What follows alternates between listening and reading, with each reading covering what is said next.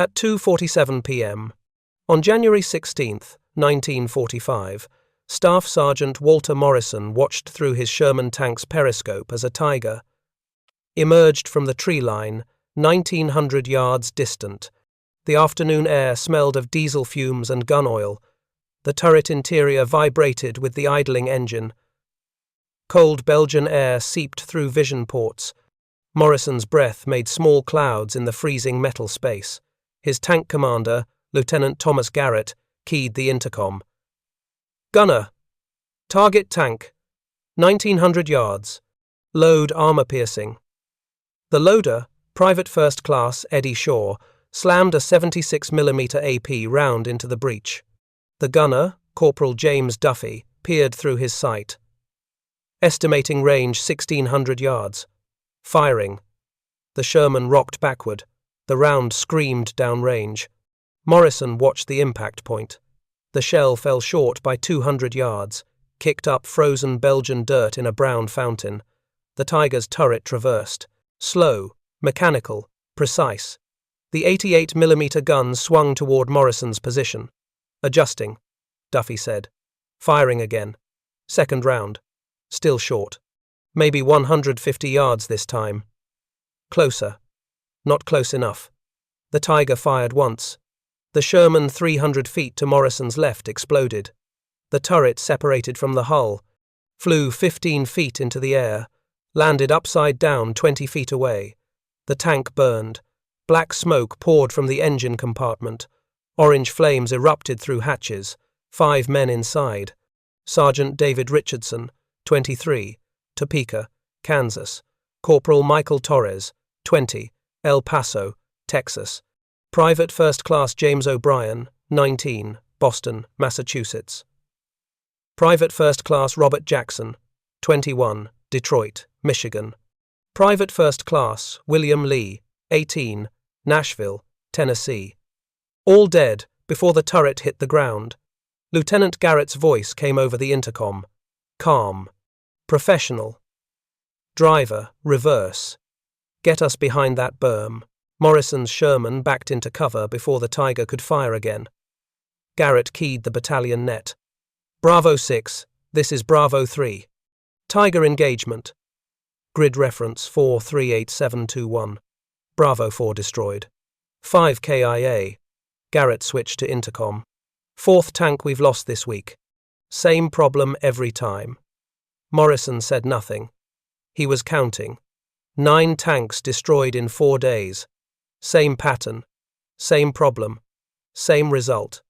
American tankers dying because they couldn't measure distance accurately enough. The mathematics were brutal and simple. Between December 15, 1944 and January 15, 1945, the 3rd Armored Division lost 43 Sherman tanks to German Tigers, Tiger I and Tiger II. 43 tanks. 215 men. Some survived with burns. Some survived with amputations. Most didn't survive at all. 31 of those 43 Shermans were destroyed on the Tiger's first or second shot. 31 crews, who saw the Tiger engaged first and died anyway. The pattern never varied. Sherman gunner spotted Tiger at long range, estimated distance, fired, missed, attempted correction. Tiger fired once. Sherman burned. 3rd Armored Division intelligence staff calculated average engagement time. From first American shot to Sherman destruction, 23 seconds. 23 seconds to fire, observe fall of shot, correct range, fire again, and die. The fundamental problem was geometry and physics. The Tiger I mounted an 88mm KWK 36L56 gun, muzzle velocity 2,773 feet per second. At 2,100 yards, the 88 could penetrate Sherman frontal armor, every time, no exceptions.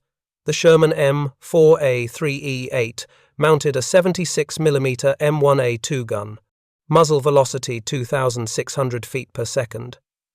Maximum penetration against Tiger frontal armor, 800 yards. Optimal kill range, 600 yards or less. Better if you could get a side shot. Best if you could get behind them. The engagement window was mathematically precise. Sherman crews needed to close from 2,100 yards, where the Tiger could kill them, to under 800 yards, where they could kill the Tiger.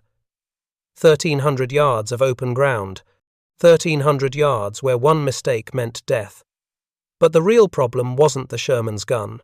The gun was accurate if you knew the correct range.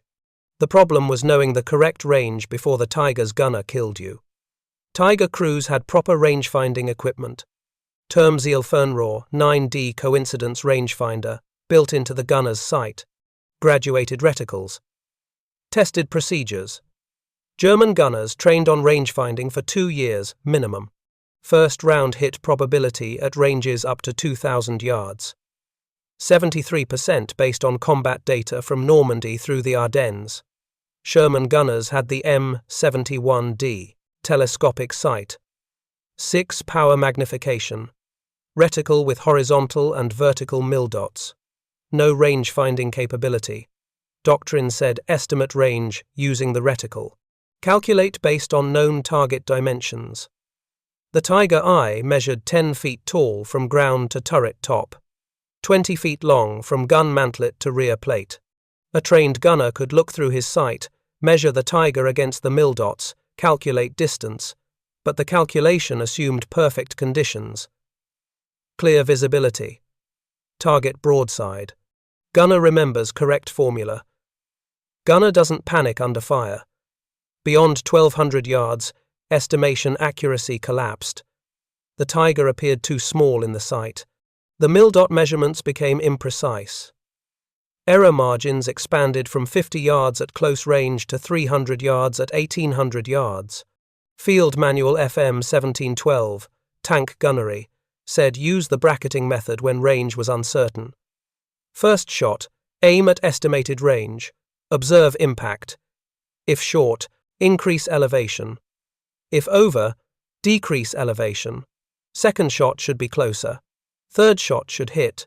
The procedure worked perfectly on training ranges. Stationary targets at known distances. Flags marking 800, 1,000, 1,200, 1,500 yards.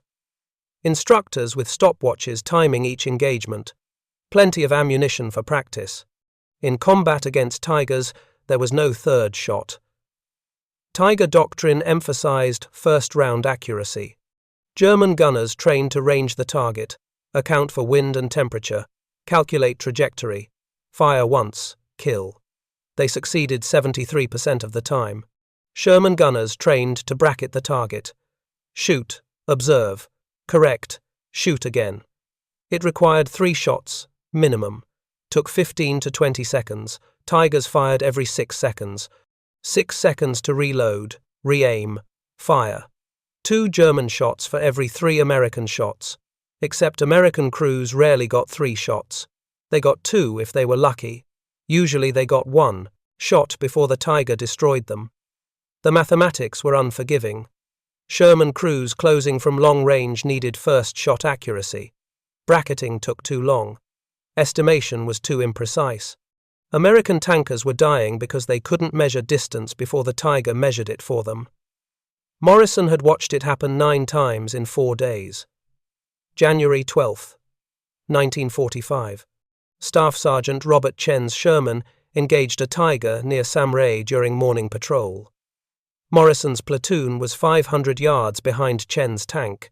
Morrison watched through binoculars. The Tiger appeared at the edge of a tree line. 1,800 yards from Chen's position. Chen's gunner fired immediately. First shot fell short. Second shot went over. The gunner was bracketing. Following doctrine. Doing exactly what training said to do. The Tiger fired once, penetrated Chen's Sherman through the frontal armor. The ammunition detonated. The explosion blew the turret completely off the hull. Fire consumed the interior in seconds. 5 men dead. Staff Sergeant Robert Chen, 25, Sacramento, California. Corporal Thomas Wright, 22, Philadelphia, Pennsylvania. Private First Class James Murphy, 20, Chicago, Illinois. Private First Class Carl Stevens, 19, Atlanta, Georgia. Private First Class Daniel Kim, 21, Los Angeles, California.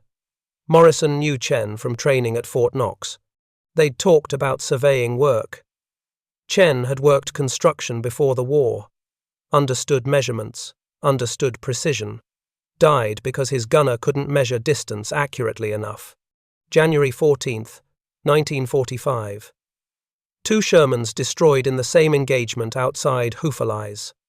Lieutenant David Parks and Sergeant William Rodriguez. Both tanks engaged a single Tiger at long range. 1,700 yards. Both gunners attempted to bracket. The Tiger's gunner ranged both Shermans on his first shot.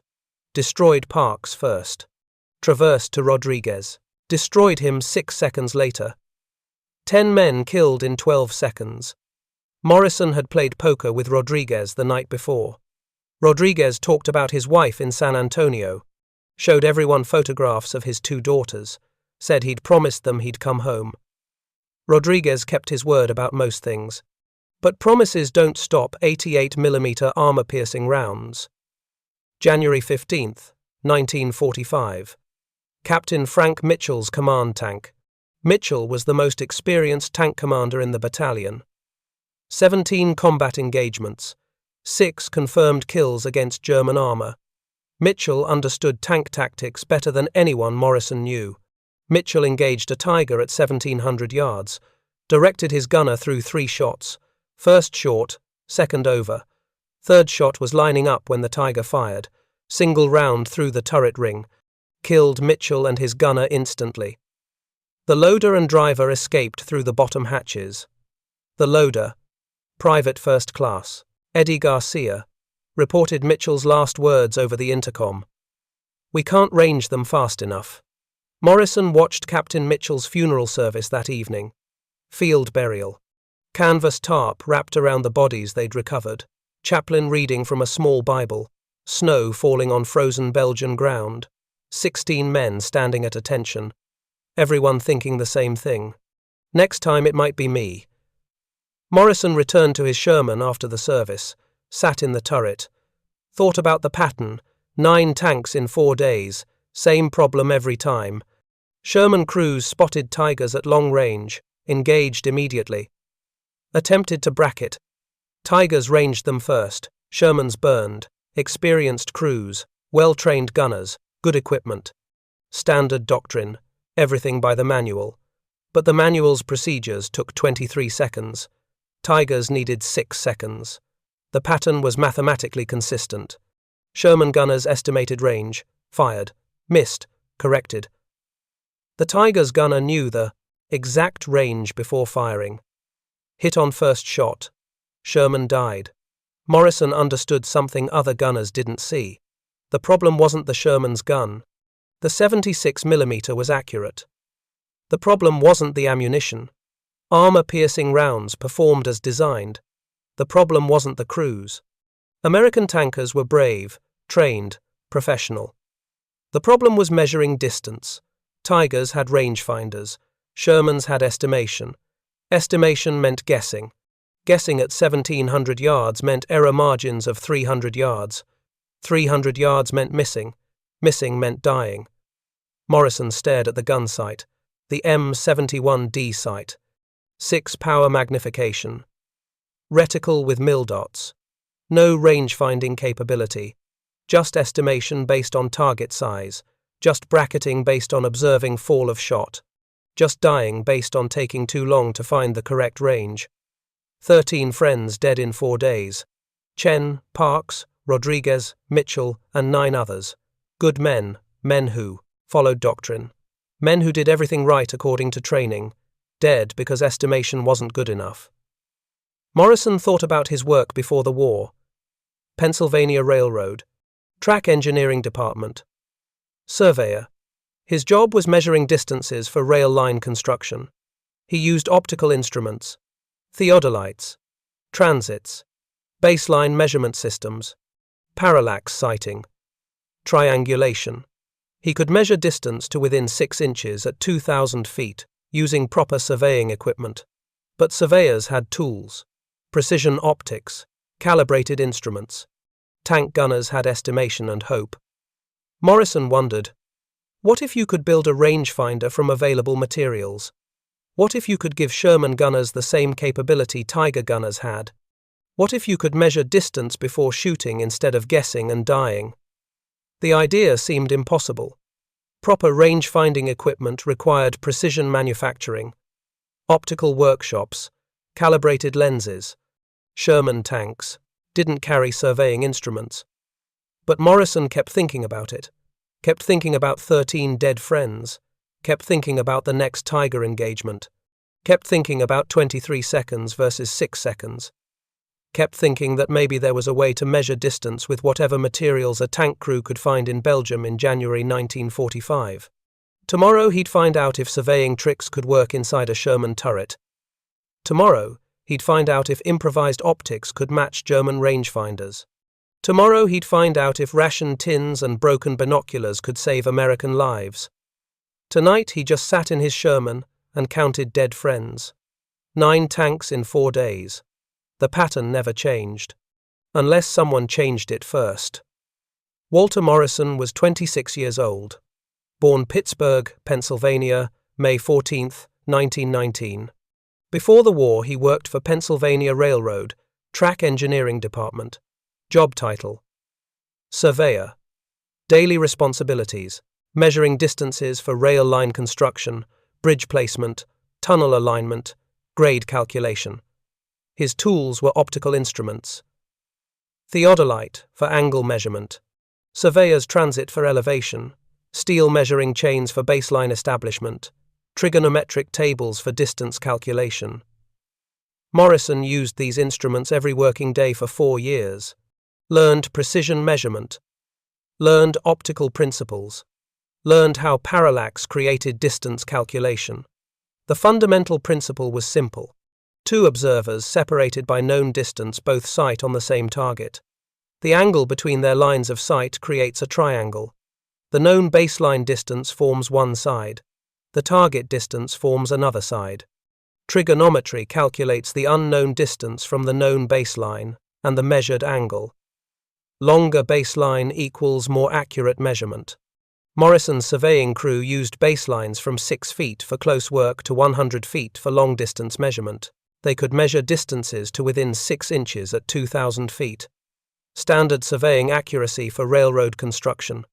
Morrison understood parallax, understood triangulation, understood that accurate distance measurement required 2 viewpoints separated by known distance. These principles were fundamental surveying knowledge. Every surveyor learned them. Every surveyor used them daily. December 1942, Morrison enlisted. Army Processing Center, Fort Meade, Maryland. Written examination, mechanical aptitude test, physical evaluation. Morrison scored 97th percentile on mechanical aptitude. Officers reviewing his file wanted him for ordnance mechanics or artillery survey units. Morrison requested armor, wanted frontline combat, didn't want to spend the war behind a desk calculating firing tables. Processing officer tried to change his mind. Said surveying skills were valuable. Said artillery needed trained surveyors for accurate targeting. Said, Morrison, would be more useful supporting combat than participating in it. Morrison refused. Signed papers for armored warfare training. Received orders. Fort Knox, Kentucky. Armored Force School. Training began January 1943. Tank. Identification, radio procedures, crew coordination, gunnery. Morrison excelled at everything except following doctrine when doctrine didn't make sense. The gunnery instructors taught estimation methods. Look through your sight. Measure target against the mil-dot reticle. Calculate distance based on known dimensions. Fire. Observe impact. Correct. Fire again. Fort Knox training ranges had distances marked. Wooden tank silhouettes at 800 yards, 1,000 yards, 1,200 yards, 1,500 yards. Flags marked each distance. Instructors knew exact ranges. Trainees practiced estimation, compared their calculations against known distances, learned to bracket targets. Morrison noticed the problem immediately. Training ranges had known distances. Combat wouldn't. Training targets were stationary. Enemy tanks moved. Training allowed multiple shots. Enemy tanks shot back. He asked his gunnery instructor during week 3, "Sergeant, what do we do if we're engaging at unknown range against a target that shoots back?" The instructor's answer: "Use your training, Morrison. Estimate the range from target size. Bracket if your first shot misses. Fire for effect." Morrison calculated the timing. 3 shots at 3 seconds per shot equals 9 seconds. German tanks fired every 6 seconds based on intelligence reports from North Africa. The mathematics didn't work. American doctrine assumed time for bracketing. German tanks wouldn't give you that time. Morrison mentioned this to his training officer, Lieutenant Robert Hayes. Said surveying principles could provide faster range calculation. Said optical baseline measurement could give first shot accuracy. Hayes listened politely. Said tank periscopes weren't designed for range finding. Said baseline distance between periscopes was too short for accurate triangulation. Said Morrison should focus on mastering standard procedures. "The manual works, Sergeant. Trust your training." Morrison graduated gunnery school July 1943. Assigned to 3rd Armoured Division. Shipped to England September 1943.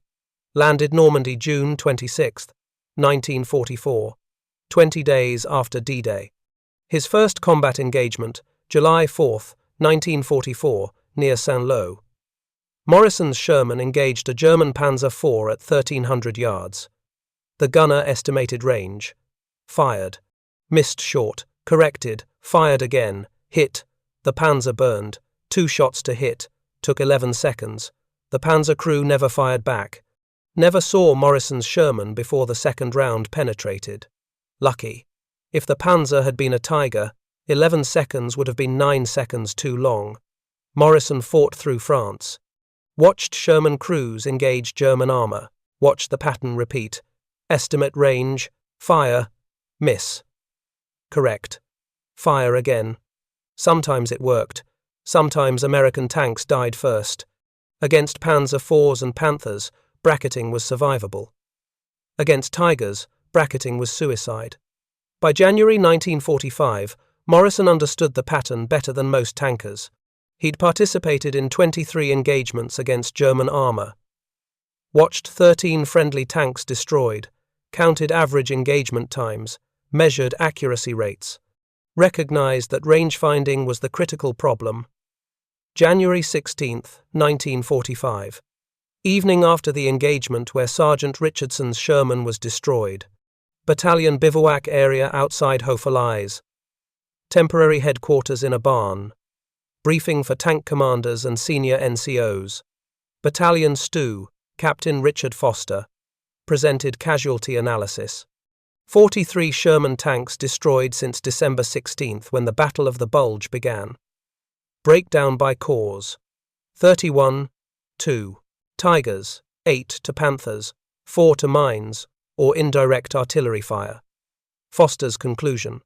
Tigers had superior armor and firepower. Recommended avoiding engagement when possible. Recommended using terrain for cover. Recommended calling for air support against heavy German armor. Recommended maneuvering for flank shots instead of frontal engagements. Morrison sat in the back. Listened to the recommendations. All tactically sound. All operationally difficult. You couldn't always avoid engagement. You couldn't always find good terrain. Air support wasn't always available. Flanking maneuvers took time. Tigers killed you while you maneuvered. Morrison raised his hand. Foster acknowledged him. "Sir, what was the average engagement range for those 31 Tiger kills?" Foster checked his notes. Ranges varied from 1,400 to 2,100 yards. Average approximately 1,750 yards. How many American first-round hits at those ranges? Foster flipped through papers. 3 confirmed first-round hits out of 31 engagements. Morrison did the calculation aloud. That's 9.6% first-round hit probability.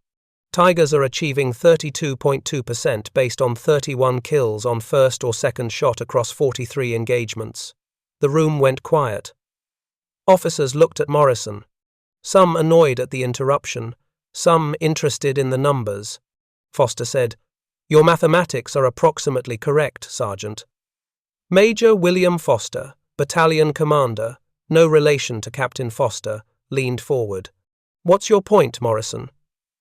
Morrison chose his words carefully. "Sir, the problem isn't that Tigers have better guns or better armor. The problem is their gunners know the exact range before they fire. Our gunners are estimating. Estimation at 1,750 yards is guessing. We're dying because we can't measure distance accurately." Major Foster nodded slowly. "We use the graduated reticle system, Sergeant. It's standard procedure across all Allied armor. Standard procedure gives us 9.6% first-round accuracy, sir. That's not good enough against Tigers." "What do you suggest?" Morrison hesitated. What he was about to propose violated regulations, suggested unauthorized modifications, implied that standard doctrine was inadequate. But 13 friends were dead because standard doctrine took too long. "We need range-finding equipment, sir. Optical baseline measurement. Give me 2 days and I'll show you how it can work." Several officers reacted immediately. Captain James Whitmore, Morrison's company commander. "Sergeant Morrison, you're out of line. Range-finding isn't your responsibility. We have procedures." But Major Foster raised his hand. Silence. 2 days, Sergeant. You have 48 hours. If you can solve this range-finding problem, you'll save American lives. If you're wasting my time, you'll be shoveling latrines until we reach Berlin. Understood?" "Yes, sir." Morrison left the briefing, walked back to his Sherman, sat in the turret with his notebook, started calculating. Requirements for improvised rangefinder. Baseline distance. Minimum 6 feet for adequate parallax at 2,000 yards. Longer would be better, but 6 feet was maximum width that fit on a Sherman turret. Optical system. Needed 2 viewpoints with clear sighting. Lenses or mirrors to create converging lines of sight on target. Alignment mechanism. Both optical paths must point at same target. When images coincide, angle indicates range. Distance scale. Graduated markings converting angle to distance. Would require trigonometric calculation for each range increment. The surveying principle was identical to his railroad work. 2 observation points separated by known distance. Both sight on same target. Measure angle. Calculate distance. Simple geometry. Fundamental surveying mathematics. Morrison sketched the design. 2 optical assemblies mounted 6 feet apart. Probably on the turret roof or commander's cupola. Simple coincidence system, where operator aligned 2 images of the target. When images matched, read distance from graduated scale. The challenge was materials. Proper surveying instruments required precision manufacturing, calibrated lenses, machine-tooled housings, accurate scales engraved on metal. Sherman tanks in Belgium in January 1945 didn't have access to optical workshops. Everything had to be improvised from available materials. Morrison made a list. Rigid housing to maintain exact baseline distance, 6 feet long, strong enough not to flex, weatherproof. Optical lenses. 2 assemblies capable of magnifying distant targets, clear enough for accurate sighting. Mounting hardware. Brackets to attach device to tank without interfering with turret operation. Graduated scale. Markings for distances from 800 to 2,200 yards. He had no idea where to find these materials. But he had 48 hours. 48 hours to build something that might save lives or prove he was wasting everyone's time. January 17th, 1945. 06:30 hours. Morrison visited the battalion supply depot. Temporary facility in a damaged warehouse. Supply Sergeant Thomas Murphy, also from Pittsburgh, knew Morrison from before the war. They'd worked different railroad lines but attended the same surveying certification course in 1938. Morrison explained what he needed. Murphy laughed. "You want precision optical equipment? Walt, this isn't Pittsburgh. This is Belgium. In January. In the middle of a war. We don't have surveying instruments. I know. But you have salvage. You have damaged equipment. You have things nobody else wants. Murphy considered. Follow me. They walked to the salvage area. Pile of damaged equipment from destroyed vehicles. Broken radios. Damaged periscopes. Twisted metal. Murphy pointed to a wooden crate. German stuff. We strip enemy vehicles for intelligence. Most of it's junk. Morrison opened the crate. Found damaged German binoculars. Ernst lights, 8x30 model. One lens assembly shattered. One lens assembly intact. The intact assembly had good glass, clear optics, precise grinding. He kept searching. Found British spotting scope. Lens cracked, but the objective assembly still functional. Found pile of empty ration tins. British Army issue. Rectangular. 12 inches long, 4 inches wide, 3 inches tall. Pressed steel construction, rigid. Uniform dimensions from mass production. Morrison picked up a ration tin. Examined it. The dimensions were perfect. Stack them end to end, and you get a 12-inch baseline per tin. 6 tins equals 72 inches, 6 feet. Exact baseline for his rangefinder. He kept searching the salvage pile. Found telephone wire. Found friction tape. Found bracket from a destroyed Sherman's radio mount. Found small mirror from a shaving kit. Murphy watched. Morrison collect materials. You're really building something. Rangefinder. Based on surveying equipment I used before the war. Does Major Foster know you're doing this? He gave me 48 hours. Got 24 left. Murphy helped Morrison carry the materials to his Sherman. You're either brilliant or crazy, Walt. Morrison loaded everything into the turret. Right now I'm both. He spent the afternoon examining each piece. The German binocular lens was excellent quality, 42mm objective, good light gathering. The British scope lens was damaged but usable. The ration tins were uniform size. The wire and tape would bind them together. The bracket would mount the device to the turret. Everything he needed except certainty it would work. Morrison had built surveying instruments before. Small repairs. Replacement parts. But never from complete improvisation. Never from salvaged garbage in a combat zone. He thought about 13 dead friends. Thought about 9.6% first-round accuracy. Thought about 23 seconds from first American shot to Sherman destruction. Thought about how many more friends would die if he didn't try. January 17th, 1945, 1800 hours. Morrison began construction. His crew watched. Lieutenant Garrett asked what he was building. Morrison showed him the sketch. Explained optical parallax. Explained baseline measurement. Explained how surveying principles could give first-shot range accuracy. Garrett studied the sketch. Will it work? The mathematics work. The optics should work. Whether I can build it accurately enough, I don't know. How long? 4 hours, maybe 5. Get to work, Walt. I'll keep everyone else out of your way. Morrison laid out materials on the turret floor. 12 ration tins. German binocular lens assembly. British scope lens. Wire. Tape. Bracket.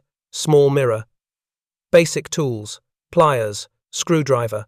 Knife. Everything he needed to build a 6-foot optical rangefinder from garbage. Or everything he needed to waste 48 hours building useless junk while friends kept dying. Morrison picked up the first ration tin. Started binding them together with wire. The construction would prove which outcome was true. January 17th, 1945, 1800 hours. Morrison sat on the turret floor of his Sherman with salvaged materials spread around him. 12 British ration tins. 1 German binocular lens assembly. 1 damaged British spotting scope. 20 feet of telephone wire. 1 roll of friction tape. 1 radio mounting bracket. 1 small shaving mirror. The barn smelled of diesel fuel and wet hay. Cold air leaked through damaged walls. Temperature was 22 degrees Fahrenheit. Morrison's hands were already numb. His crew watched from outside the turret. Lieutenant Garrett stood closest. Corporal Duffy, the gunner, leaned against the Sherman's track. Private First Class Shaw, the loader, smoked a cigarette. Private First Class Bennett, the driver, cleaned his rifle. Morrison picked up the first ration tin. British Army issue. Pressed steel. 12 inches long, 4 inches wide, 3 inches tall. Weight, 8 ounces empty. He examined the corners, square, precise. Mass production meant uniform dimensions. Every tin identical to every other tin. He placed 2 tins end to end. Length, 24 inches. Placed 6 tins in a line. Length, 72 inches. 6 feet. Perfect baseline for optical range finding at combat distances. Morrison wrapped telephone wire around the junction between first and second tin. Wound it tight. 5 wraps. Twisted the ends together. Tested the joint. Solid. No movement. He repeated the process for each junction. 6 tins became 1 rigid assembly. Total binding time, 18 minutes. He tested the baseline. Held one end, lifted the assembly. It flexed slightly in the middle. Maybe 1/4 inch of deflection across 6 feet. Acceptable for field expedient construction. Professional surveying instruments had 0 deflection.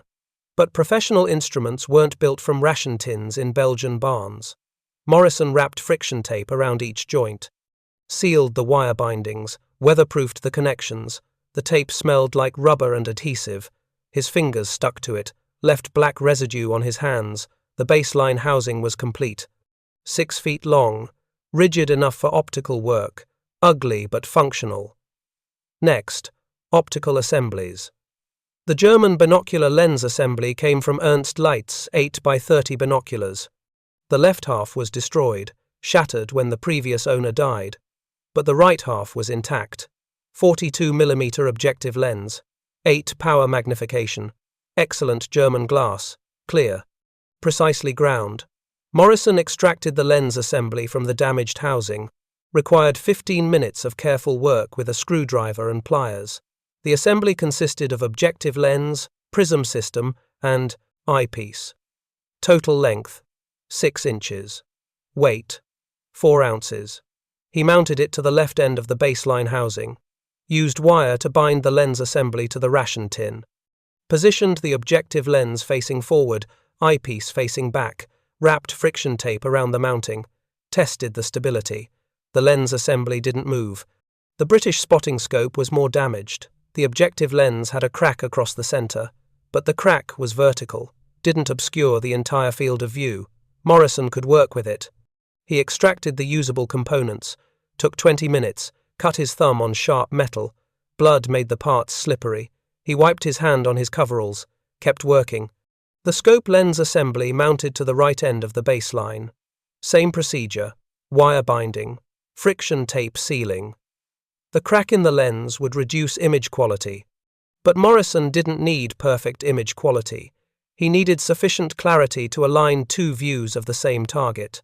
Both optical assemblies were now mounted, 6 feet apart, pointing parallel. But parallel wasn't enough. Morrison needed convergence, needed both lenses to point at the same target point. That's where parallax created range measurement. He installed the small shaving mirror behind the right eyepiece, positioned it at 45 degrees. The mirror reflected the right lens's image into the left eyepiece's view. An operator looking through the left eyepiece would see 2 images, one from the left lens, one reflected from the right lens via the mirror. When both images aligned on the same target, the convergence angle indicated range. Morrison tested the system, looked through the left eyepiece, saw double image. One direct view through left lens, one reflected view from right lens via mirror.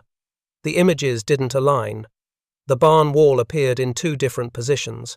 He adjusted the right lens assembly, rotated it slightly inward, creating convergence. The images moved closer together. He kept adjusting. Small movements, maybe 1 degree at a time. The images aligned. When perfectly aligned, both views showed the same point on the barn wall. Morrison measured the distance to that wall using pacing. 42 feet. He marked the alignment position on the ration tin housing. That alignment represented 42 feet of target distance. For longer ranges, less convergence was needed. Morrison calculated the angles. 6-foot baseline, 1,000 yards target distance, required convergence angle, 0.17 degrees, 1,800 yards, 0.09 degrees, 2,200 yards, 0.08 degrees.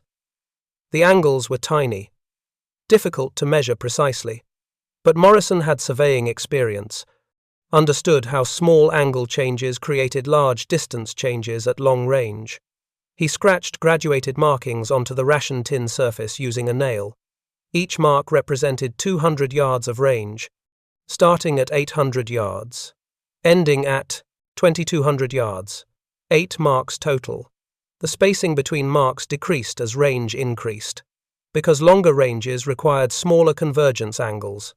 Morrison labeled each mark, scratched numbers into the metal: 800, 1,000, 1,200, 1,500, 1,800, 2,000, 2,200.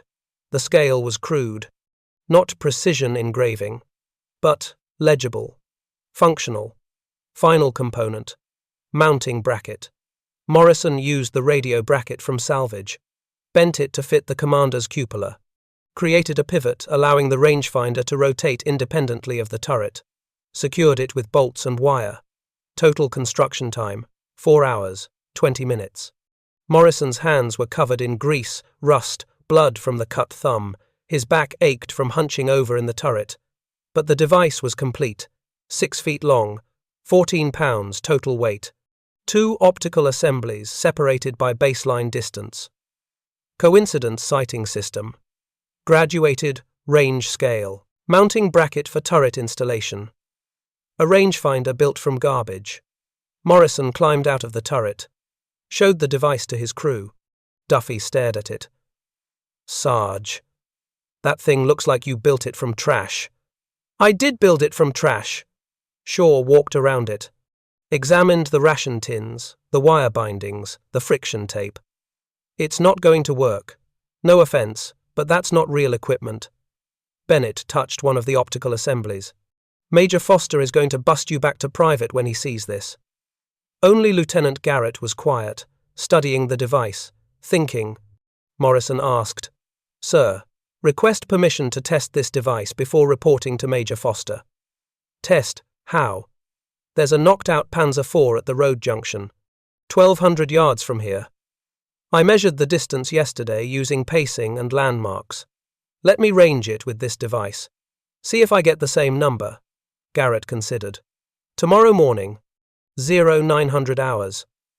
But if this doesn't work, Walt, you're going to look like a fool." "Yes, sir. January 18th, 1945, 0900 hours. Cold morning. Clear sky.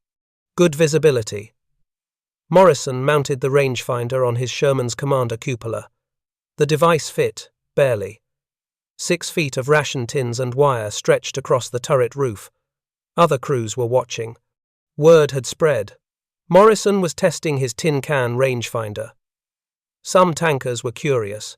Most were skeptical. The target was a destroyed Panzer IV at the road junction. Hull burned out. Turret still attached. Morrison had measured the distance yesterday, pacing from his Sherman to the Panzer, counting steps, calculating total distance, standard surveying technique when you didn't have measuring chains. Distance by pacing, 1,240 yards. Morrison positioned himself at the commander's position, sighted through the rangefinder's eyepiece. Saw double image. The Panzer appeared twice, one image from left lens, one image from right lens reflected through the mirror. He rotated the right optical assembly. The reflected image moved, aligned with the direct image. Both views showed the same point on the Panzer's turret. Morrison read the scale. The alignment mark indicated 1,220 yards. 20-yard error at 1,200-yard range, 1.6% accuracy. Well within acceptable margin for gunnery. Sherman fire control systems considered any range measurement within 50 yards acceptable at combat distances. Garrett asked. What did you get? 1,220 yards, sir. I measured 1,240 by pacing yesterday. 20-yard difference. Yes, sir. Can you test it on other targets? Morrison spent the next hour ranging everything visible. Church steeple in Hooferlies, 1,400 yards. Tree line to the north, 1,800 yards. Farm building to the east, 900 yards. Destroyed truck on the road, 820 yards. For each target, Morrison used the rangefinder. Then he and Garrett paced the distance to verify. The rangefinder was consistently accurate within 30 yards, better than reticle estimation, which typically erred by 200 to 300 yards at long range. 1,400 hours. Morrison reported to Major Foster, battalion headquarters in the barn. Foster sat at a field desk. Captain Whitmore and Lieutenant Colonel David Barnes, battalion executive officer, were present. Morrison carried the rangefinder, set it on the desk. The device looked even more ridiculous indoors. 6 feet of ration tins and wire and friction tape. Salvaged German and British optics, held together with improvisation. Foster examined it, picked it up, tested the weight. Looked through the eyepiece. Put it down. What am I looking at, Sergeant? Optical rangefinder, sir. Based on surveying principles. Uses baseline measurement and parallax to calculate target distance. You built this, from ration tins. Yes, sir. And salvaged optics. And wire and tape. How did you learn to build this? Morrison explained his surveying background. Pennsylvania Railroad. Track engineering, optical instruments, baseline measurement, triangulation. The same principles surveyors use to measure distances for railroad construction. Foster listened, then asked, Does it work? Yes, sir. Tested this morning. Accurate within 30 yards at ranges up to 1,800 yards. Barnes interrupted. This device is non-standard equipment, not approved by Ordnance Department. Could malfunction in combat, give incorrect ranges, get crews killed. Morrison started to respond, but Barnes continued. Other crews might try to copy it. Waste materials, neglect proper training. Sets precedent for unauthorized modifications. This is exactly the kind of field expedient nonsense that undermines proper doctrine, Whitmore agreed. Tankers use the reticle system. That's doctrine. That's what we train on. Morrison's device violates standard procedures. Morrison couldn't stay silent. Sir, 9 tanks lost in 4 days due to ranging errors. My device gives first-round accuracy comparable to German rangefinders. Could save American lives, or it could fail at the wrong moment and get you killed. Barnes said. Foster raised his hand. Silence. Sergeant Morrison, I appreciate your initiative, but I can't authorize widespread use of improvised equipment. However, I won't order you to remove it from your tank. Consider this a field test. Unofficial. If your device helps you survive the next engagement, we'll revisit this discussion. If it causes problems, you remove it immediately. Understood. Yes, sir. Morrison left headquarters, carried his rangefinder back to his Sherman. Whitmore's voice followed him. That thing's going to get him killed. Distraction from proper procedures. Foster's response, quieter but still audible. Maybe. Or maybe Morrison sees something we don't. Either way, we'll know soon. Morrison returned to his crew. They were waiting by the Sherman. Duffy spoke first. Sarge, I've been shooting the 76 for 18 months. I don't need some homemade toy to do my job. Shaw nodded. That thing's taking up space in the turret. What if we need to bail out fast? Bennett added. Everyone's calling it Morrison's tin can rangefinder. They're laughing at us. Only Garrett defended Morrison. We lost 4 tanks this week because we couldn't range Tigers. If Morrison's device helps, I don't care what it looks like. But even Garrett had doubts. Walt, in combat you'll have maybe 5 seconds to range and fire. Can you use this thing that fast? I can range a target in 4 seconds, sir. Faster than reticle estimation.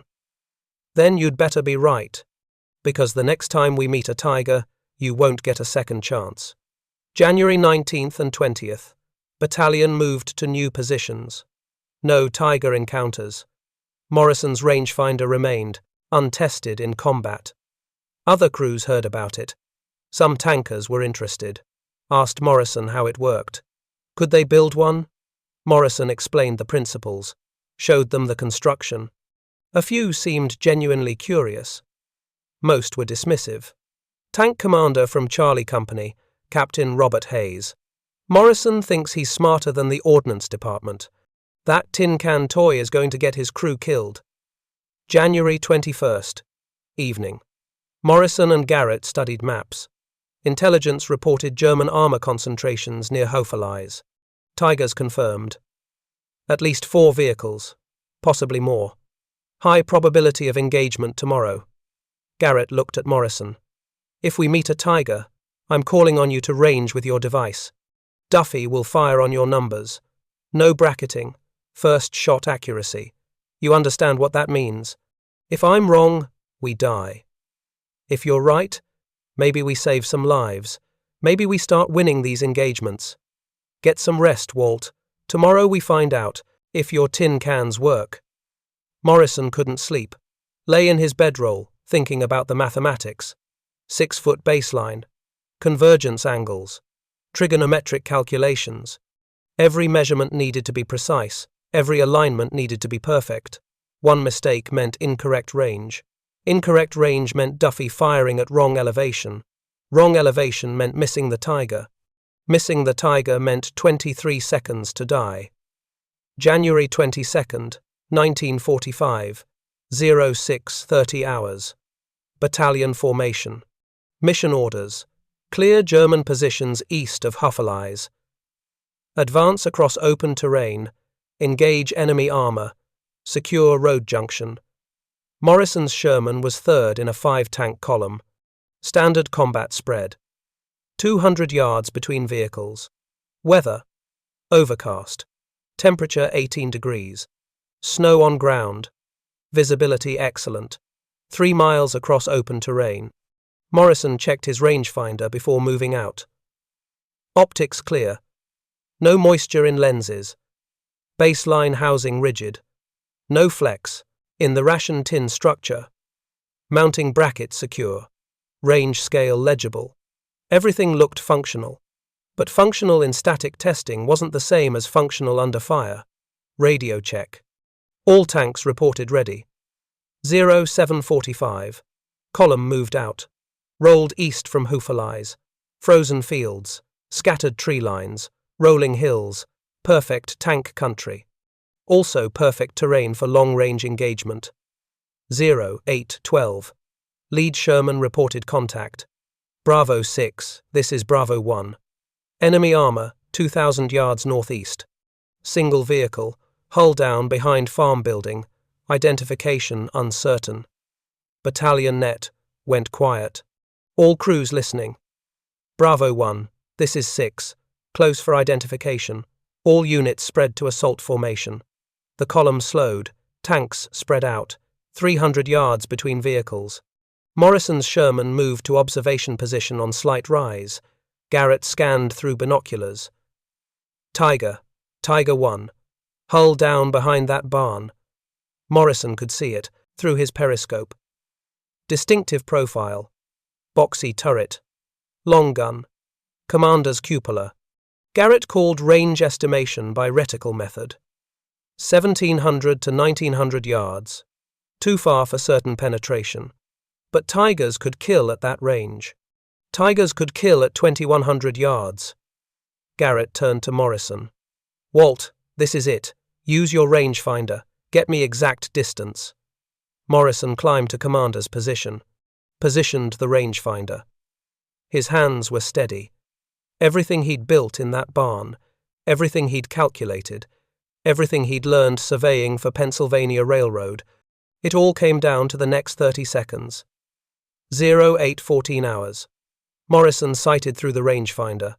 The Tiger sat hull down behind a stone barn. Turret exposed. Gun barrel pointed west. The distinctive profile filled Morrison's view. He aligned the left optical image with the right, the direct view and the reflected view. Two images of the same Tiger. He rotated right lens assembly slowly. The images moved closer, aligned, converged on the Tiger's turret. Morrison read the scale. The alignment mark indicated 1,840 yards. He keyed the intercom. Confirmed range, 1,840 yards. Garrett's voice. You certain? Yes, sir. Garrett to Duffy. Gunner, target tank, 1,840 yards, load armor piercing. Shaw slammed a 76mm AP round into the breech. The mechanical clang echoed in the turret. Duffy hesitated. Sir, that's beyond effective penetration range for frontal armor. Lower glacis plate. Aim for the lower front plate. That's our shot. Morrison understood the geometry. Tiger frontal armor was too thick at 1,840 yards, but the lower glacis plate angled at 55 degrees. Less effective thickness, possible penetration point if you knew exact range. Duffy set range based on Morrison's measurement. 1,840 yards. Adjusted. Elevation. Corrected for cold air density. Wind was negligible. All calculations based on Morrison's exact distance measurement. No bracketing. No estimation. No second chance. 0815 hours. Duffy fired. The Sherman rocked backward. The gun blast was deafening inside the turret. Morrison watched through the rangefinder optics. 3-second flight time at 1,840 yards. The round hit the Tiger's lower glacis plate, exactly where Duffy aimed. The armor-piercing round penetrated. Morrison saw the impact flash. Then secondary explosion, bright orange. The Tiger's ammunition detonated. Massive internal explosion. The turret lifted 3 feet off the hull, settled back at an angle. Black smoke poured from every hatch. Orange flames erupted from the engine compartment. The radio net exploded with voices. Tiger destroyed! 1-shot kill! Who took that shot? Garrett keyed the battalion net. Bravo 6, this is Bravo 3. 1 round, confirmed kill. Major, Foster's voice. Bravo 3. How did you range that target? Garrett looked at Morrison. Morrison keyed his microphone. Sergeant Morrison's rangefinder, sir. Device gave exact distance. Gunner fired on that data. First round hit. 5 seconds of silence on the radio. Foster. What was the range? 1,840 yards, sir. Measured with optical baseline system. Another pause. Then Foster. A Sherman just killed a Tiger at 1,840 yards on the first shot. Yes, sir. That's not supposed to be possible. Garrett. Sir, Morrison's tin can rangefinder works. We just proved it. The battalion moved forward. Secured the destroyed Tiger. Morrison's Sherman approached the wreck. German crew had tried to evacuate. 3 bodies outside the vehicle, 2 inside. Burned. The Tiger was catastrophic kill. Single penetration point visible on the lower glacis plate. Entry hole diameter, 76 millimeters. Internal damage was massive.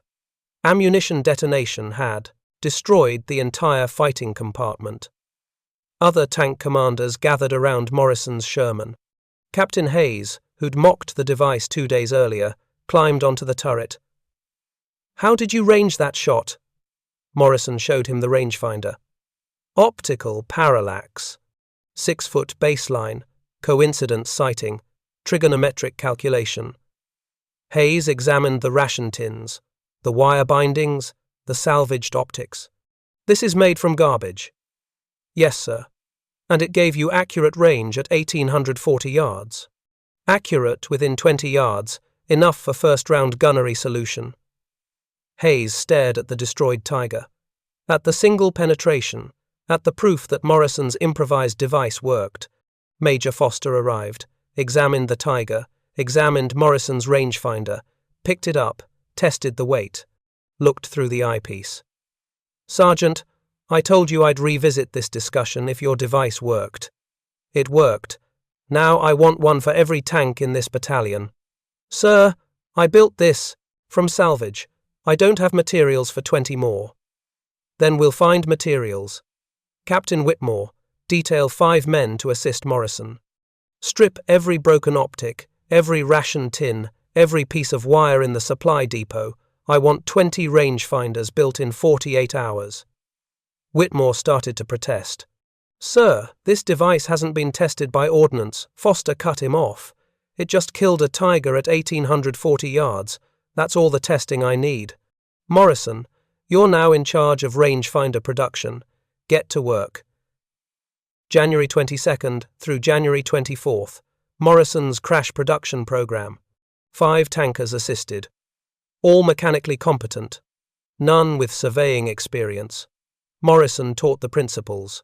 Baseline measurement, optical parallax, convergence angles. Supply Sergeant Murphy raided salvage from the entire division. Found 47 damaged binoculars, 23 spotting scopes, hundreds of ration tins, telephone wire from destroyed, communication posts, mounting brackets from knocked-out Shermans. Each rangefinder required precise 6-foot baseline. Optical alignment was critical. Lenses exactly parallel. Graduations marked accurately. Morrison created templates. Standardized the construction process. First 5 rangefinders completed January 23rd. Field tested on known distance targets. Church steeple at 1400 yards. Tree line at 1800 yards. All 5 devices accurate within 30 yards. Distributed to 5 tank commanders. January 24th. 0900 hours. German counterattack near Houffalize. 8 Tigers, supported by infantry. 3rd Armored Division engaged. 5 tanks equipped with Morrison rangefinders. 15 tanks using standard reticle ranging. Engagement lasted 37 minutes. Results: 5 tanks with rangefinders. 13 shots fired. 4 Tigers destroyed. 1 Tiger damaged. First round hit probability, 62%. 0 Shermans with rangefinders destroyed. 15 tanks with standard ranging. 37 shots fired. 2 Tigers destroyed. 3 Tigers damaged. First round hit probability, 11%. 4 Shermans destroyed. The statistics were undeniable. Morrison's rangefinders tripled first round accuracy. More importantly, crews using rangefinders survived. Major Foster's after-action report recommended immediate adoption across 3rd Armored Division. Requested Ordnance Department evaluation for production model. Credited Morrison with tactical innovation saving American lives. January 25th. Morrison's team completed 15 more rangefinders. Total 20 devices across the battalion. Other battalions heard about the innovation. Requested Morrison's assistance. Within 1 week, 43 rangefinders in use across 3rd Armored Division. February 1st through February 15th, statistical comparison measured the impact. Before Morrison's rangefinders, December 15th through January 21st. 3rd Armored Division Sherman losses to German armor, 43 tanks. First round hit probability against Tigers, 9.6%. Average engagement time to first hit, 23 seconds. After widespread rangefinder adoption, January 22nd through February 15th. Sherman losses to German armor, 16 tanks. Only 3 equipped with rangefinders. First round hit probability against Tigers for rangefinder-equipped tanks, 58%. Average engagement time to first hit, 11 seconds. 63% reduction in Sherman losses. 600% improvement in first round accuracy for rangefinder-equipped tanks. February 1945. Ordnance Department sent evaluation team. Engineers examined Morrison's rangefinders, tested accuracy, assessed combat utility. Conclusion. Device effective but too fragile for widespread issue. Recommendation. Develop factory-produced version. Timeline. 6 months minimum. 6 months was too long. Morrison's improvised rangefinders continued spreading. By March 1945, estimated 120 rangefinders in use across 1st and 3rd Armored Divisions. The innovation never became official issue equipment. War ended May 1945, before factory production began. But for 5 months, improvised rangefinders gave American tankers fighting chance against Tigers. Morrison survived the war, returned to Pennsylvania June 1945, received Silver Star for technical innovation under combat conditions. Citation mentioned improvised optical ranging device that significantly improved tank gunnery effectiveness. He returned to Pennsylvania Railroad, resumed work as surveyor, rarely talked about the rangefinders. When asked, he said, "Just used what I knew from surveying, nothing special." Veterans from 3rd Armored Division remembered, credited Morrison's innovation with saving their lives. 1947. Army Ordnance developed M13 coincidence rangefinder for tank use. Incorporated same optical principles Morrison used. Baseline measurement. Parallax sighting.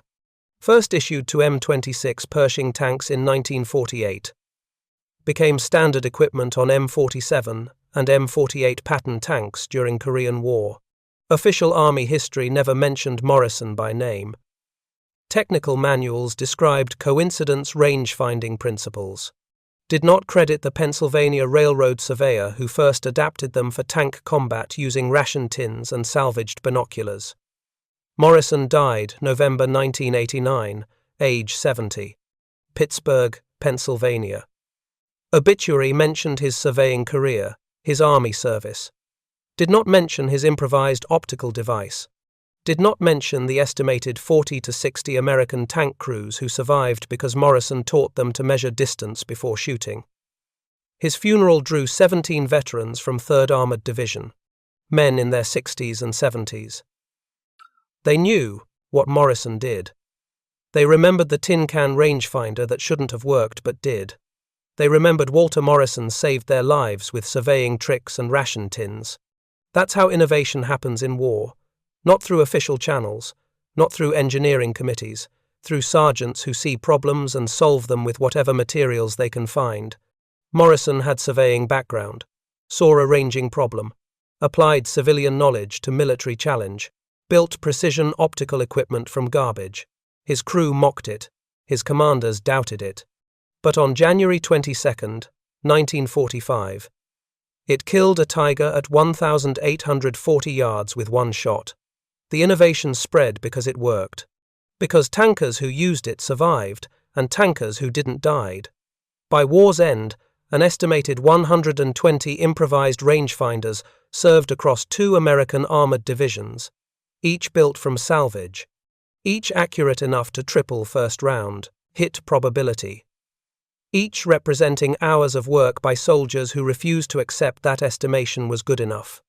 Morrison never received recognition beyond his Silver Star, never appeared in official histories, never saw his name in technical manuals. But he saved between 40 and 60 American tank crews, gave them first shot accuracy, gave them the seconds they needed to fire before the Tiger did. That's the legacy, not medals. Soldiers who came home because one surveyor thought about parallax and ration tins. If this story moved you, hit that like button. Subscribe to this channel. We're preserving forgotten innovations from World War II. Turn on notifications. Comment below where you're watching from. Tell us if you have family who served. These innovations deserve to be remembered. These soldiers deserve to be honored. Thank you for watching. Thank you for keeping their memories alive.